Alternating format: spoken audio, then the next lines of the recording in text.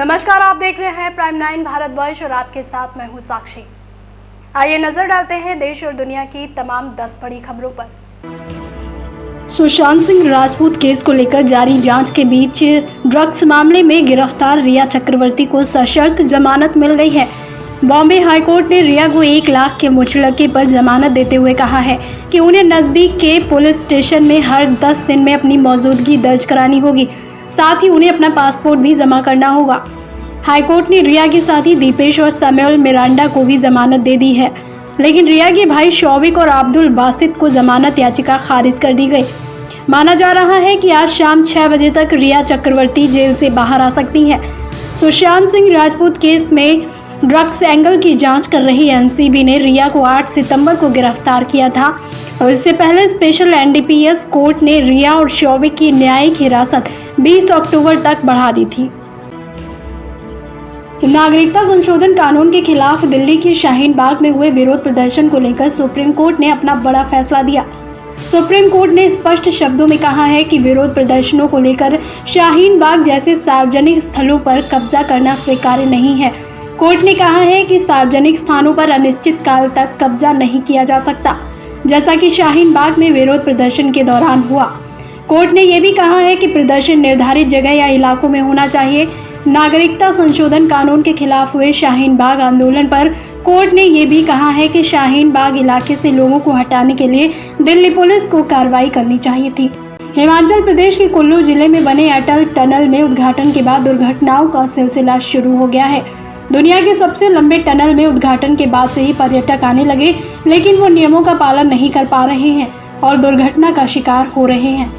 प्रधानमंत्री नरेंद्र मोदी ने 3 अक्टूबर को रोहतांग दर्रे के नीचे सुरंग का उद्घाटन किया था, लेकिन उसके अगले दिन ही एक दूसरे से आगे निकलने की होड़, लापरवाही से ड्राइविंग करने और सेल्फी लेने के चक्कर में 3 दुर्घटनाएं सामने आईं।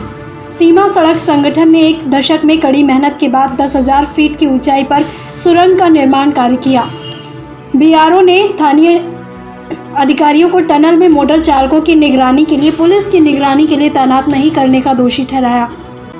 हाथरस कांड के बहाने यूपी को जातीय दंगों में झोंकने की साजिश में जांच एजेंसियों के हाथ बड़ा सुराग हाथ लगा है। जांच एजेंसियों को मिले सबूत से इस बात का खुलासा हुआ है कि यूपी में दंगे करवाने के लिए देश विदेश से 100 करोड़ रुपए से ज्यादा की फंडिंग हुई। सूत्रों के मुताबिक अकेले मॉरिशस से 50 करोड़ रुपए ट्रांसफर किए गए। अब हाथरस केस से जुड़े हर मामले को सीबीआई को हैंडओवर किया जाएगा। बता दें कि हाथरस कांड के बहाने दंगे फैलाने की साजिश में राजधानी लखनऊ, हाथरस समेत कई थानों में दर्जन भर से ज्यादा एफआईआर दर्ज की गई है। बता दें कि हाथरस कांड में पहले एसआईटी और फिर सीबीआई जांच की सिफारिश के बाद इस मामले में ईडी की भी एंट्री हो चुकी है।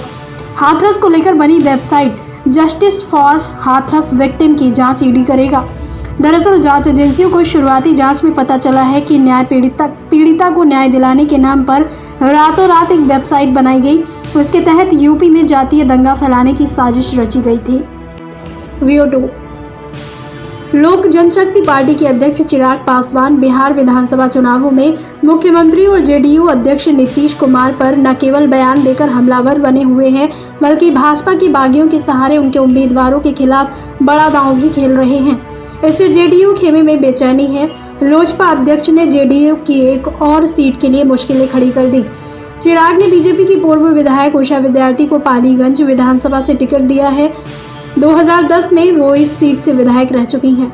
2015 के चुनावों में इस सीट से राजद की टिकट पर जयवर्धन यादव ने बीजेपी उम्मीदवार को हराया था। इस बार ये सीट जेडीयू के खाते में गई है। जेडीयू ने जयवर्धन यादव को उम्मीदवार बनाया है। यादव राजद छोड़कर जेडीयू में शामिल हो गए थे। अब जेडीयू को चुनौती देने के लिए लोजपा ने वहां से उषा विद्यार्थी को उतारा है। संयुक्त राष्ट्र में चीन की भारी बेइज्जती हुई है। करीब 40 देशों ने शिनजियांग और तिब्बत में अल्पसंख्यक समूहों पर अत्याचार को लेकर चीन को घेरा, तो हांगकांग में नए राष्ट्रीय सुरक्षा कानून के मानवाधिकारों पर पड़ने वाले बुरे असर पर चिंता भी जाहिर की। अमेरिका, कई यूरोपीय देशों, जापान और अन्य ने चीन से कहा है कि वो संयुक्त राष्ट्र मानवाधिकार प्रमुख मिशेल बैचलेट और स्वतंत्र पर्यवेक्षकों को शिनजियांग में निर्बाध रूप से जाने दें। साथ ही उइगर मुसलमानों और अल्पसंख्यक समुदाय के अन्य सदस्यों को कैद में डालना बंद करें। 2 जुलाई की रात कानपुर जिले के बिकरू में पुलिस पर किए गए हमले में पहली गोली विकास दुबे ने अपनी राइफल से चलाई थी। आसपास के मकान की छतों से ताबड़तोड़ गोलियां चलने लगी। रात करीब 1 बजे गोलीबारी शुरू हुई और आधा घंटे तक गोलियां चलती रहीं। इस बात का खुलासा चौबेपुर में तैनात रहे सिपाही विकास सुधागर ने बयान में किया है। इस बयान को पुलिस ने चार्जशीट का हिस्सा बनाया। विकास ने कहा है कि वो लोग चौबेपुर एसओ विनय तिवारी की प्राइवेट स्कॉर्पियो से दबिश बिकरू गए थे।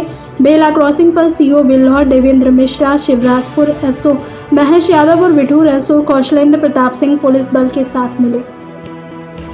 और अब इसी के साथ दीजिए मुझे इजाजत और आप देखते रहिए प्राइम 9 भारतवर्ष।